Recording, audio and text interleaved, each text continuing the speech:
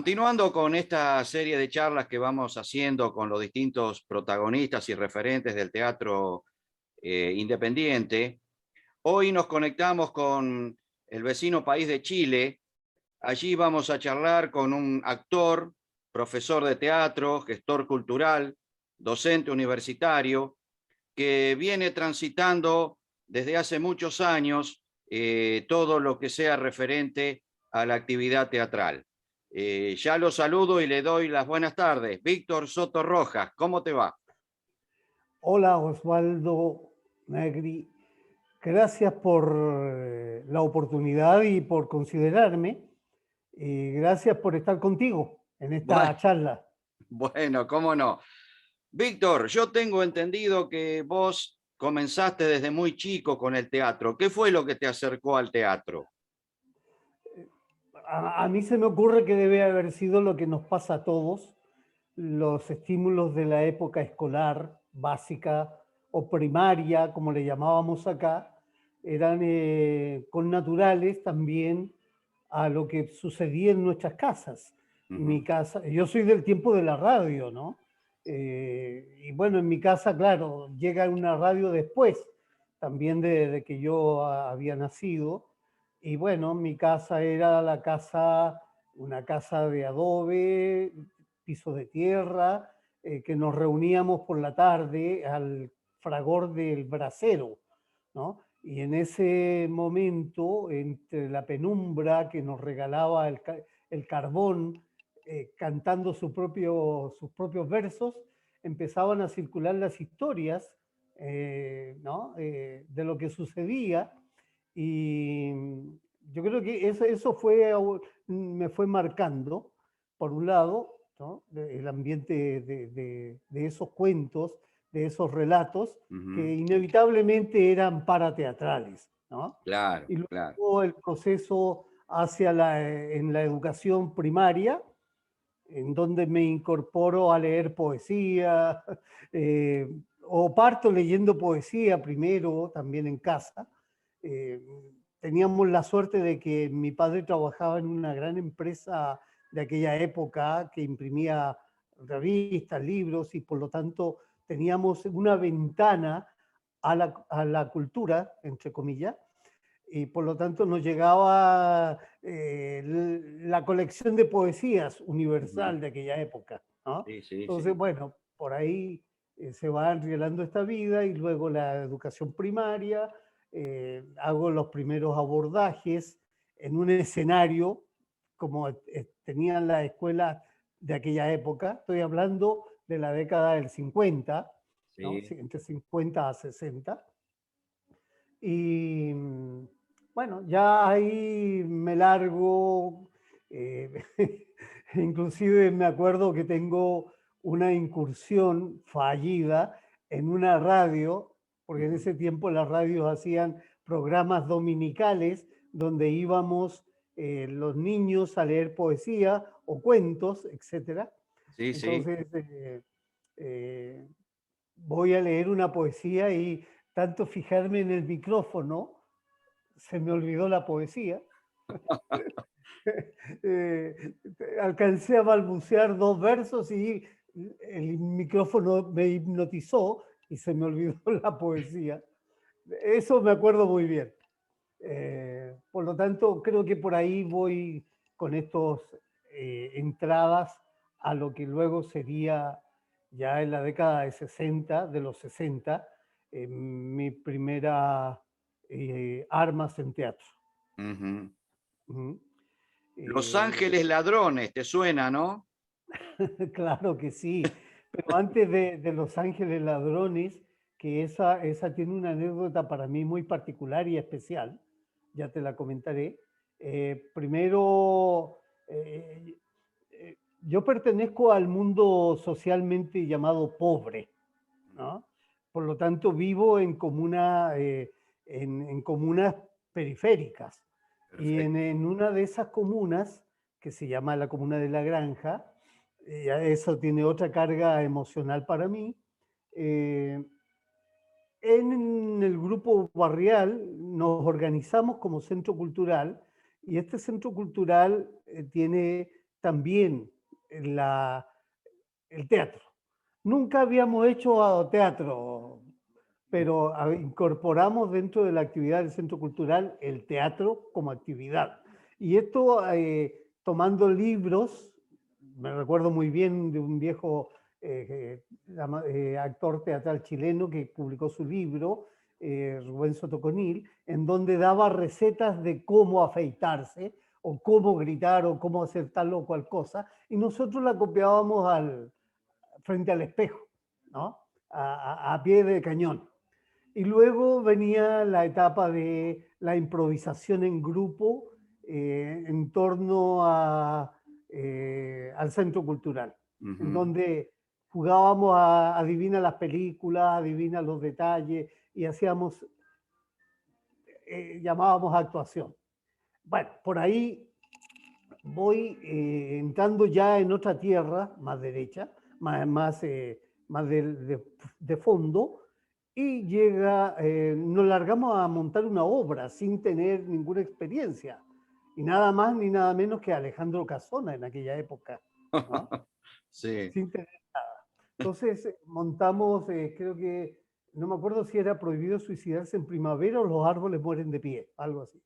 Y en ese tiempo, era un tiempo muy rico, la década de los 60, ya estoy ahí, una, una, una efervescencia cultural, artística muy grande, ¿no? Pasó en todos Inquietudes. lados, acá en Argentina Sí, también. sí, y eso lo he rescatado a propósito de que hemos ido conversando con otros actores de distintos países. Y en esa época, un compañero que estaba estudiando pintura hizo la escenografía en base a papeles, cartones, y nosotros actuando ahí de manera natural. Bueno, hasta que llega esos ángeles tutelares que aparecen en nuestro camino y que nos dice, bueno, ¿qué tal? Vamos a dirigir esta obra, pero yo quiero que ustedes estudien teatro, ¿no? Y él me hace, y a otro muchacho más de la población, de la comunidad, nos lleva a estudiar teatro. En ese tiempo existía lo que se llamaba la Escuela de Arte Dramático del Ministerio de Educación, y estudiábamos teatro gratis, ¿no? Y bueno, empiezo ahí a foguear mis armas formativas por 3 años. Y luego de eso salto rápidamente a lo que tú mencionaste, como había una efervescencia muy grande, de esa escuela egresamos varios sujetos que hemos sido y continuadores del teatro, cada uno por su camino. Pato Claro. Contreras, radicado en Argentina, Sí, por sí. ejemplo. ¿Ah? Juan Cuevas, que ya no está con nosotros, que fue un destacado actor, y así otros. Y se da la posibilidad de ser convocados al montaje de Ictus, una compañía importante de acá de Santiago, ícono, ¿no? Sí, sí. Que se transforma en un ícono en tiempo de dictadura, y participo del montaje Los Ángeles Ladrones, el año 69. Y eso te decía que para mí tiene un hecho especial porque, entre comillas, gano mi primer sueldo como actor, ¿ya? Muy bueno. 34 escudos de la época de Chile, ¿no? Y bueno, eso también me trae aparejado una historia adicional, que es, está bien, la compañía Ictus es una compañía independiente profesional, pero que tenía todo su mundo en torno a la sala, ¿ya?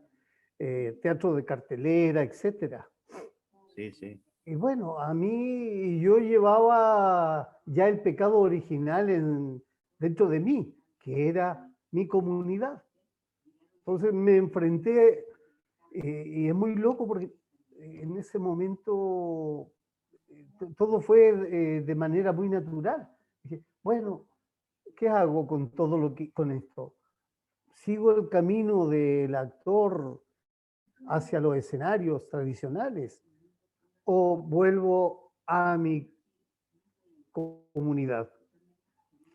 Y bueno, esa disyuntiva la resolví por una parte viviendo con un pie adentro y el otro pie afuera.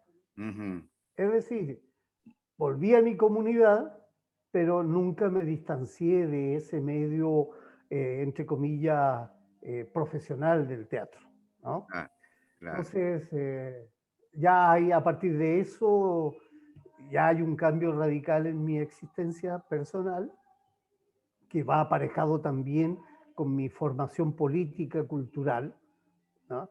Porque yo no entiendo el teatro distanciado de lo político, Ujú. no entiendo primero lo estético y luego lo político o lo social, no, Claro.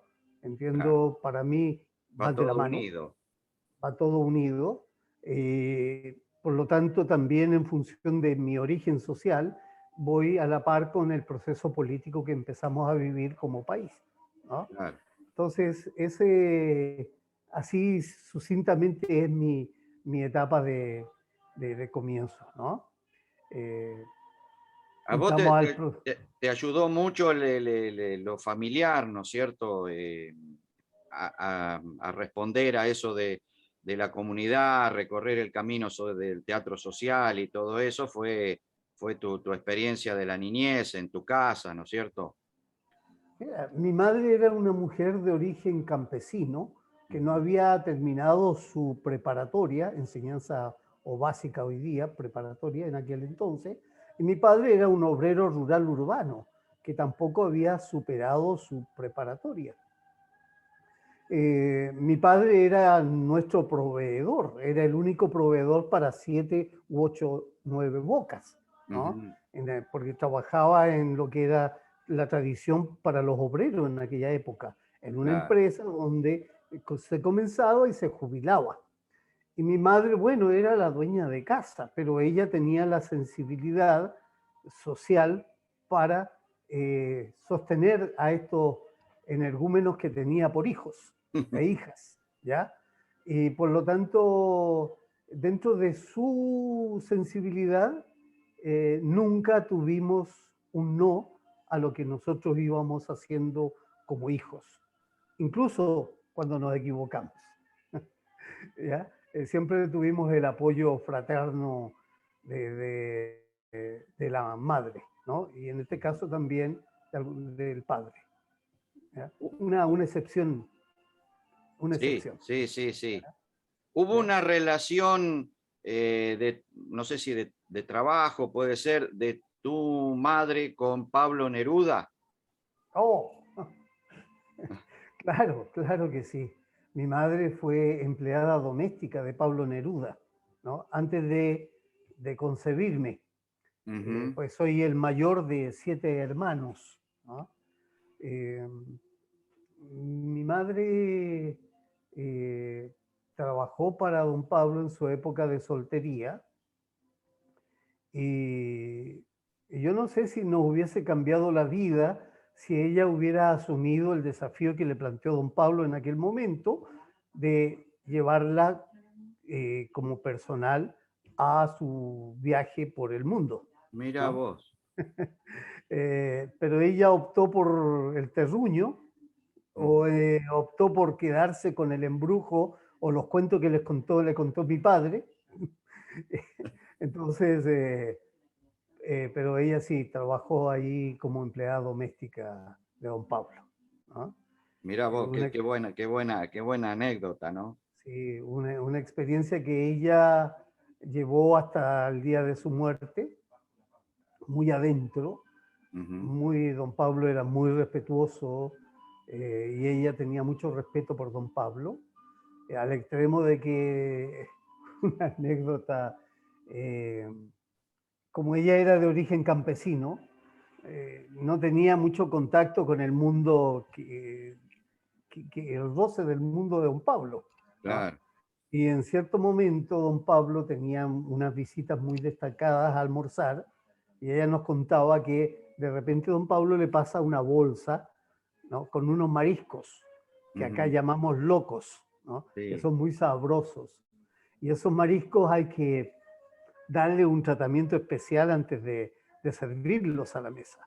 Pero ella, dentro de su universo de mujer de herencia campesina, no sabía nada de eso. Y hizo lo que la naturaleza le comentó, lo echó a cocer a la olla directamente, ¿no? Entonces luego lo sirvió y me decía después, me contaba, bueno, Pablo, pero Hilda, ¿qué hiciste? Nada, lo eché a cocer, pero no, Hilda, no, eso no. Hubo que hacer todo el proceso para volver a servir los famosos locos de ese momento. Claro. Un hecho, mi madre murió de cáncer a la mama, ¿no? De cáncer de mama. Ujú. Y antes de morir volvió en tiempo de dictadura a la casa de Isla Negra. Y la pudo, estaba cerrada la casa, no podía entrar nadie. Sí, Estaba, sí. entre comillas, clausurada por la dictadura. Pero ella se encontró ahí con la misma persona que cuidaba la casa de aquella época, se reconocieron Mirá y vos. ella tuvo la suerte de recorrer la casa de don Pablo en el estado que había quedado por la dictadura, ¿no? Entonces, creo que ese fue un recuerdo muy bonito para ella Y me y imagino para que nosotros. sí. Me imagino Sí, lo que habrá sentido ella al volver otra vez a sí, esa casa, sí. ¿no? Exacto, Sí. exacto. Bien. ¿Ah? Tu camino sigue después con Teatro del Molino, ¿puede ser? Sí, sí. Ya entramos en el proceso bueno, el tiempo de la Unidad Popular es un tiempo muy intenso, muy apasionante. Ujú. Ahí predominó fundamentalmente el compromiso político, social que estaba existiendo y un poquito en mi persona, ¿no? En mi particular situación, la militancia entra a jugar un rol decisivo, más que propiamente lo teatral. Y si bien mantenemos todo el trabajo en el mundo comunitario, es más ya vinculado al proceso político, Claro. propiamente tal. Eh, Luego, bueno, viene el proceso de la dictadura y eh, eh, en este proceso, eh, eh, el año 74, nos juntamos varias personas que veníamos del mundo teatral y formamos la primera compañía de teatro. El Ujú. año 74, en el mes de julio del 74, cuando obviamente no había actividad teatral en el país en ese minuto. Y formamos lo que se llamó la compañía de teatro del Molino. Y esa compañía nos acompañó 3 años seguidos aproximadamente. La dictadura no había cerrado todos los espacios todavía Ujú. y pudimos hacer actividades como grupo, entre comillas, gracias al patrocinio que nos dio la Embajada de España, que fue una suerte de salvoconducto. Y hicimos unos collages de teatro español. Eh, la tierra de Jauja, el bobo que quiso ser médico, la cueva de Salamanca, ¿no? Fue los caballitos de batalla que tuvimos en ese momento y que eran, bueno, nos permitían llegar a los estudiantes. Y con ese montaje recorrimos los colegios en Santiago de Chile e hicimos gira por distintas partes entre el 80, el 75, 75, 76, 74, 75, 76. E inclusive Fuente Ovejuna, hicimos Fuente Ovejuna en aquella época también. Fragmento, fundamentalmente el monólogo de Laurencia, por lo que nos acusaron de que nosotros estábamos gritando muera la dictadura, ¿no? Y claro que era así también, era Claro. así también. Entonces, esa compañía duró alrededor de tres años y tanto, y contó con la presencia de importantes actores que en su momento se transformaron también en figuras importantes en el teatro chileno y luego en la televisión. Pero aquellos que estábamos más dentro del mundo popular quedamos siempre vinculados con el teatro, más que con la teleserie, más que con la televisión o el cine, ¿no? Claro, Y de claro. ahí ya ese Teatro del Molino no paró en esencia hasta hoy día, ¿no? Si bien el Teatro del Molino dejó de existir en el 75-76, ya hay tres compañeros de aquella época que ya no están entre nosotros, mi recuerdo para ellos. Ya empezamos a vivir otras experiencias más a fondo, en plena dictadura, con el teatro en las comunidades. Empezamos a abrir teatro en las poblaciones, en aquellos lugares donde se podía hacer actividad, que eran las capillas, los espacios, porque la iglesia también giró un poquito hacia el mundo comunitario, ¿no? Claro. Entonces abrió sus espacios de infraestructura para estas labores, ¿no? Entonces empezaron a aparecer los talleres, los grupos, y por ahí vamos desencadenando. Fundé el año 84 la compañía de teatro La Carreta, que es parte de otro ícono, que da pie luego para que yo funde lo que se llamó hoy día Entepola, el Encuentro de Teatro Popular Latinoamericano, ¿no? Toda esa labor fue una labor absolutamente antidictatorial desde el teatro.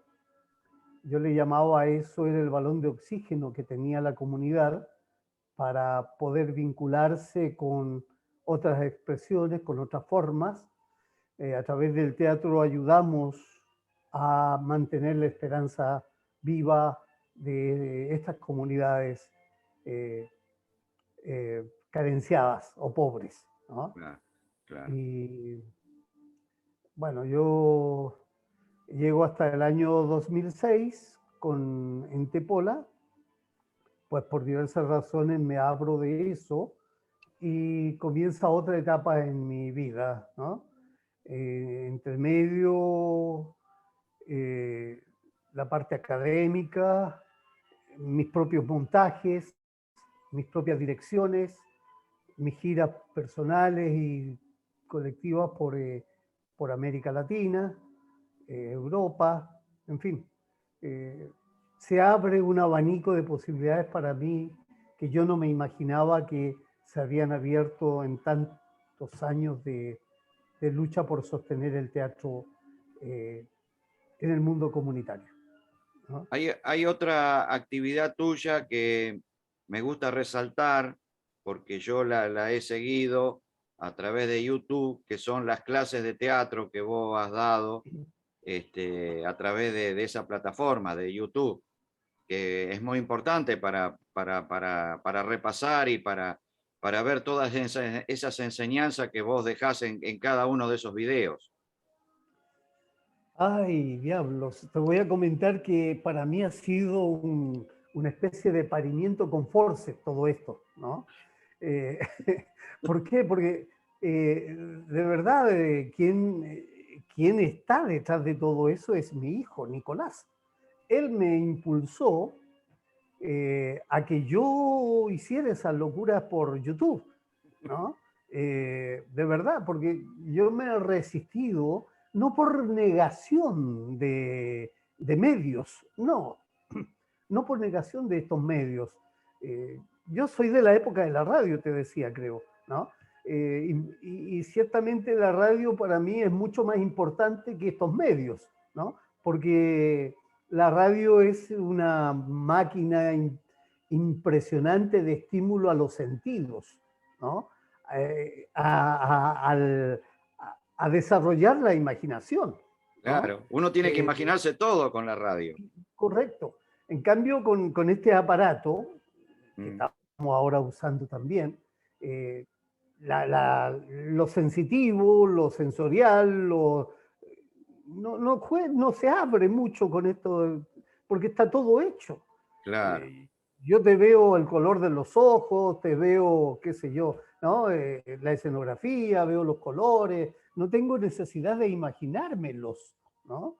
En cambio, como tú decías con la radio, caray, cuando tú escuchabas los radioteatros de aquella época, tu mundo se abría, ¿no? Sí. Escuchabas el sonido del agua, los disparos, los ruidos de vehículos, los sonidos de animales, etcétera. Entonces, Aparte, las voces que vos escuchabas, vos hasta uh, le imaginabas una cara a esa voz. exacto, le colocaban los detalles, ¿no? Sí, sí, Entonces, me he resistido mucho a estos medios, no porque los rechace en absoluto, corresponden al desarrollo que tenemos. te entiendo, sí.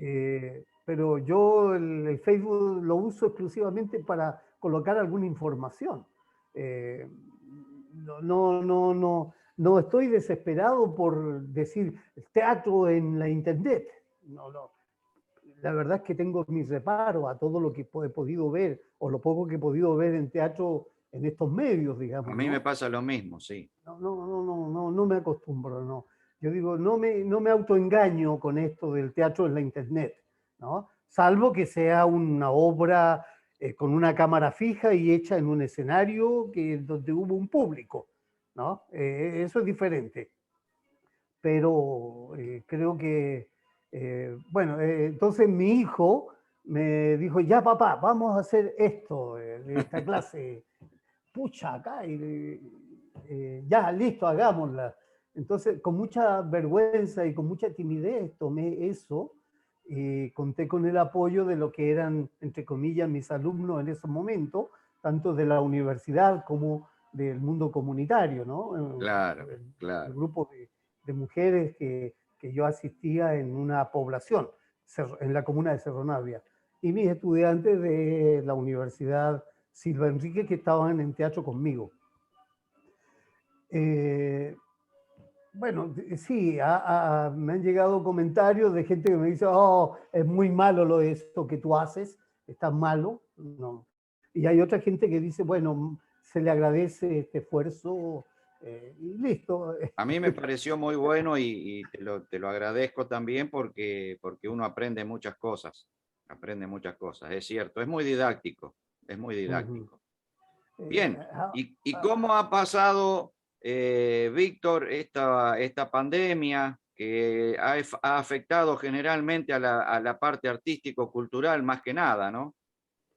eh, mira, yo te mentiría si te dijera que sí, y es efectivo en un sentido, pero si yo no estuviera consciente de por qué está ocurriendo lo que ocurre, la verdad es que no tendría sentido mi comentario, digamos, ¿no?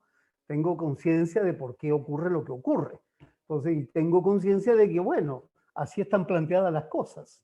En tiempo de dictadura hubo momentos en que yo no pude hacer teatro porque había que hacerle a la subsistencia y alguien me dijo, oye, pero tú debes tener una crisis existencial muy grande porque no estás haciendo teatro.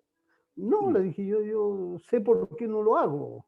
Ya ya lo haré, ¿no? Entonces, pero no me rompo las venas porque no estoy en este minuto en los escenarios, o sea, sé lo que está pasando y punto. Ahora, de este trabajo que yo he hecho, lo hice muy anteriormente, el último sobre Bolívar, ese fue grabado antes del tiempo de la pandemia, como te digo, a una sola cámara y en una Ujú. función viva. Y bueno, está relativamente noble y yo dije, ya, me lo pidieron para algunos festivales y está circulando por algunas partes ese montaje de Bolívar. Ahora, ha sido un tiempo duro, claro, el tema de la desconexión humana, ¿no? Eso es lo que más duele, ¿no? Y complica. ¿Por qué? Porque no tenemos este contacto físico-corporal al que estábamos acostumbrados fundamentalmente nosotros los latinos, ¿no? Que nos vemos, nos abrazamos y nos damos besos, Sí. ¿ya? O la mano, o el palmoteo, etcétera, y compartimos el mate o la cerveza, etcétera. Falta el Entonces, contacto, sí. claro, eso sí, de verdad que ha sido fuerte.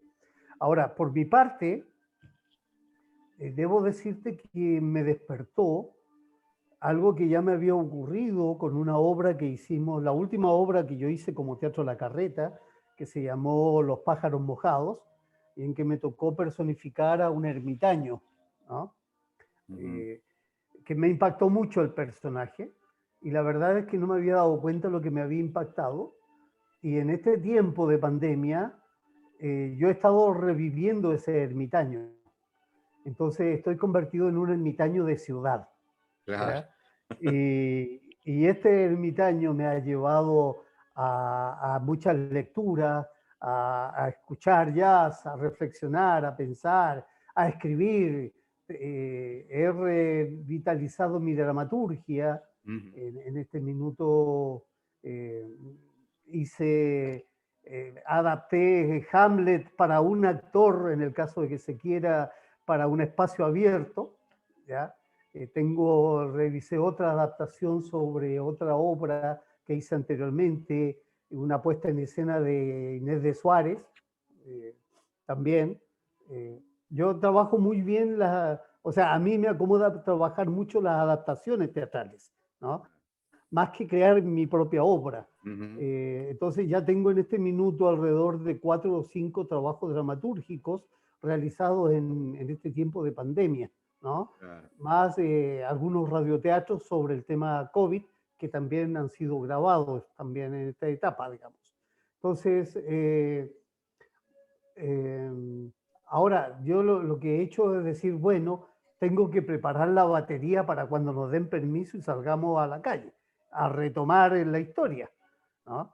Y ahí que me pille confesado el tiempo y poder decir ya, este es mi nuevo montaje o estos son mis aportes, este es mi trabajo creativo o no creativo o lo que sea, pero para esto me ha servido. Entonces, desde que empezó la pandemia, también, bueno, mi hijo me encerró en buena línea, en buen momento. Estoy muy agradecido de la actitud de él, porque, bueno, además yo sufro de temas asmáticos, entonces estoy ya en los 70 años y estoy considerado dentro del segmento de grupos de riesgo, El riesgo, ¿ya? claro. Entonces, bueno, recién estoy saliendo a la calle, estoy retomando cosas.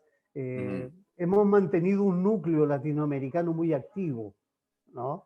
Muy activo. E incluso hicimos hace poco lo que llamamos la cantata por el Cauca y por Colombia, con voces de gente de Argentina, de Colombia, de Ecuador, de El Salvador, de México. Grabamos esto, no en teatro, no, Sí, no, sí. un audiovisual que grabamos y nosotros lo interpretamos actoralmente, pero no nos mentimos que era teatro y con efectos musicales y está en este minuto colgado en YouTube en la página de Fabián Morales, Ah, Fabián Morales, sí, sí. de Grupo TV. Ahí está la cantata puesta en este minuto. Eso sí me gustó hacerlo y eso lo hemos disfrutado mucho con todos los compañeros latinoamericanos, Claro, ¿no? claro. Entonces, en esa actividad, y bueno, he hecho algunas clases, sí, he seguido con clases en YouTube o a través de Zoom, de estos medios, Ujú. pero no es lo mismo, Osvaldo, no es lo mismo. No, no es lo mismo. Caray, No es lo no es mismo, lo igual que ver una obra de teatro. La obra de teatro hay que verla No, en forma presencial, el contacto entre el actor y el sí, público, eso es lo que falta. sí, sí, soy negacionista, no veo, hay canales que transmiten obras para internet. No, no, no, no, no, no, Sí, no es no, lo mismo, no es lo mismo. no, no, No. no puede ser lo mismo. No puede un autor autoengañarse No, tampoco, como seguro. un Y director. dime, Víctor, ahí están abriendo ya los teatros, está gente, ¿hay presencialidad o todavía no? Mira, recién acabo de leer una noticia que dicen que están en estudio la apertura de teatros, Ujú, ¿ya? Que está contemplándose porque en este minuto tenemos más espacios para desplazarnos, ¿no? Ya la cuarentena está circunscrita casi al fin de semana, claro. fundamentalmente, pero tenemos un toque de queda a las 10 de la noche y por lo tanto, más allá de eso, Osvaldo, está el que no sé si la gente va a estar dispuesta a asistir al teatro, así tan de golpe y porrazo, ¿no? Sí, sí, ese es otro Porque problema. ese es otro cuento. Mm, Claro, nosotros sí, te prometo que una de las actividades que yo he hecho y paró la pandemia fue el último en Fetela, Encuentro Festival de Teatro Latinoamericano, en su séptima versión, sí, sexta versión. Y, eh, hicimos la séptima en enero 2020, con mucho miedo hicimos actividad presencial. ujú.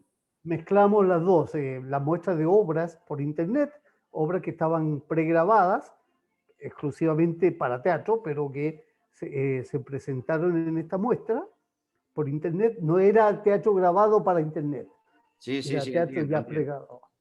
Y mezclamos con algunas actividades presenciales en algunas poblaciones nuestras, ¿ya? Llevamos algunas obras y bueno, fue muy loco, Osvaldo. La Mm, verdad es que yo estaba en un espacio surrealista, no te miento. Porque decía, primero, nosotros estábamos acostumbrados a hacer gran convocatoria callejera para nuestro festival. Entonces salíamos con parlantes por la calle, etcétera. Esta vez no salimos a la calle. Segundo, buscamos que llegara el máximo de espectadores posible de la comunidad a nuestro evento. Esta vez no. Nos atuvimos al aforo que existía, que eran 15 personas, tal vez, ¿no? Segundo, la distancia entre los actores y el público.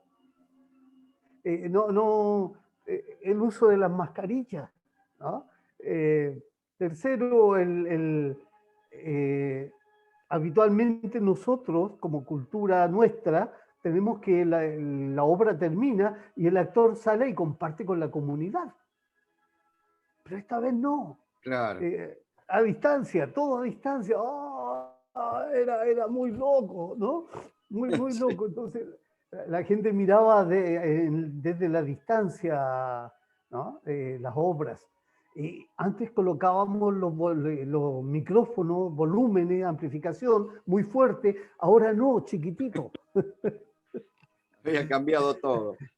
Todo cambió. Pero sí nos fuimos de madre en una actividad en una población en que un grupo de murga salió a una calle, a una población, y recorrió las calles de la población, ¿no? Y la gente salió desbordada de las casas Mm, a acompañar la murga. Ahí sí que, uy, diablos, eh, eh, con susto porque no vaya a ser cosa de que se produjeran, qué sé yo, contagios, etcétera, ¿no? claro, Pero, claro. pero como la murga iba pasando, entonces se retiraba rápido de un lugar. Pero todo era Muy loco. surrealista, muy loco, surrealista. ¿Dónde estoy? ¿Qué pasa acá?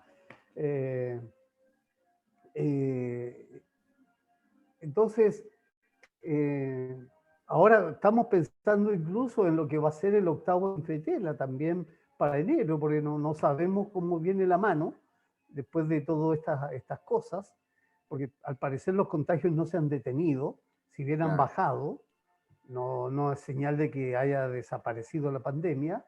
Eh, entonces estamos al aguaite, como dice el guaso nuestro acá, a ver qué va a pasar. de aquí a enero, si vamos a hacer el festival. Estamos todos locos por hacerlo. claro. Pero hay que estar Yo sé, preparado, hay que estar sí, preparado. yo sé que Fabián en Mercedes, eh, eh, Gabriel en Escobar, ¿no? La gente de México, la gente de... estamos con muchas ganas de hacer de estos festivales, ¿no? Pero estamos muy retenidos por esta situación todavía, ¿ya? Claro, claro. Eh, por suerte, lo que no ha bajado ha sido el diálogo entre nosotros, Eso es lo ¿no? importante, sí, Sí, sí. sí, sí. Y este Creo contacto que sirve desde ya, sí. sirve para, eh, Estas conversaciones salvan la vida, creo yo, también, exacto, ¿no? exacto. Estamos además viviendo, eh, yo creo que creo que el modelo neoliberal, Osvaldo, yo creo que ha tenido grandes logros, no se pueden negar. Nos ha generado ciudadanos analfabetos culturales. Sí, sí, Para ellos eso es un logro importante. Para nosotros es un retroceso, ¿no? Nos ha generado una descomposición social impresionante, un nivel de individualismo y de egoísmo y de despreocupación social eh, sí, gigantesco. alarmante, alarmante. Para ellos es un triunfo, para nosotros es una tragedia.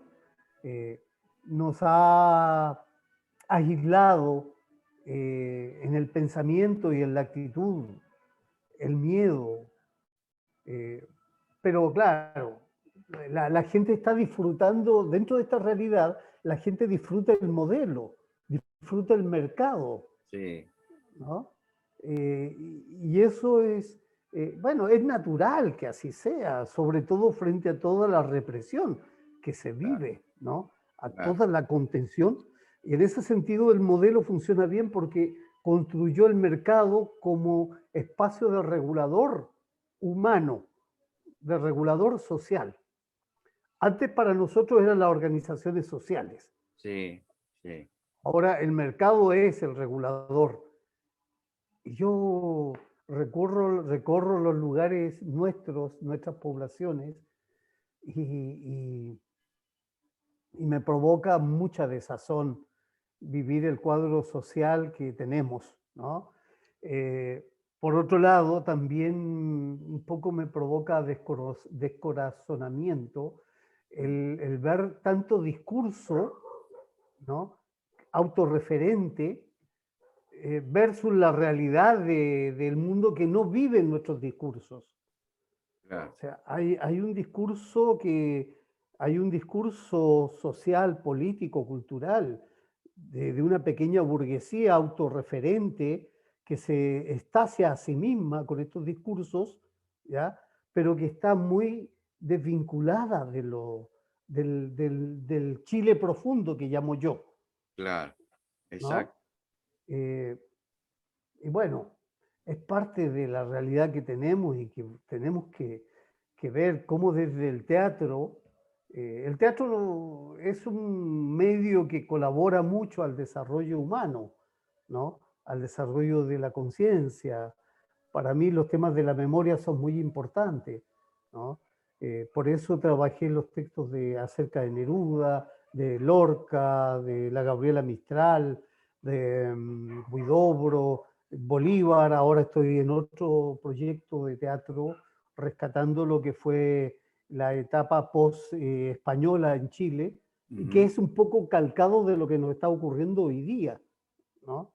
Es decir, cuando uno ve la historia de nuestros países, se da cuenta que en realidad, como me dijo un espectador cuando terminó de ver Bolívar, oiga, me dice, la verdad es que aquí parece que no ha cambiado nada, claro, es ¿no? cierto.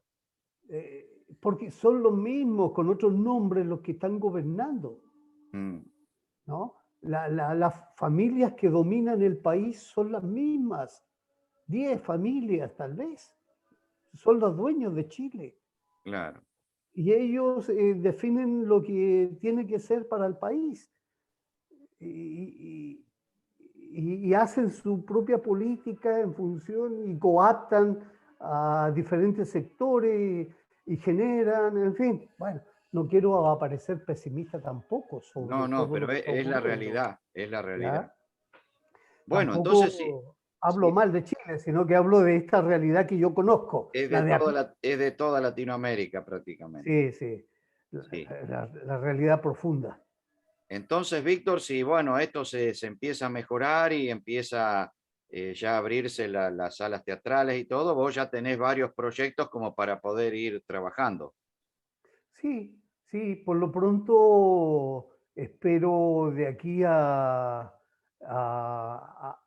a diciembre poder ya hacer algunas funciones privadas de la obra que estoy haciendo en este minuto.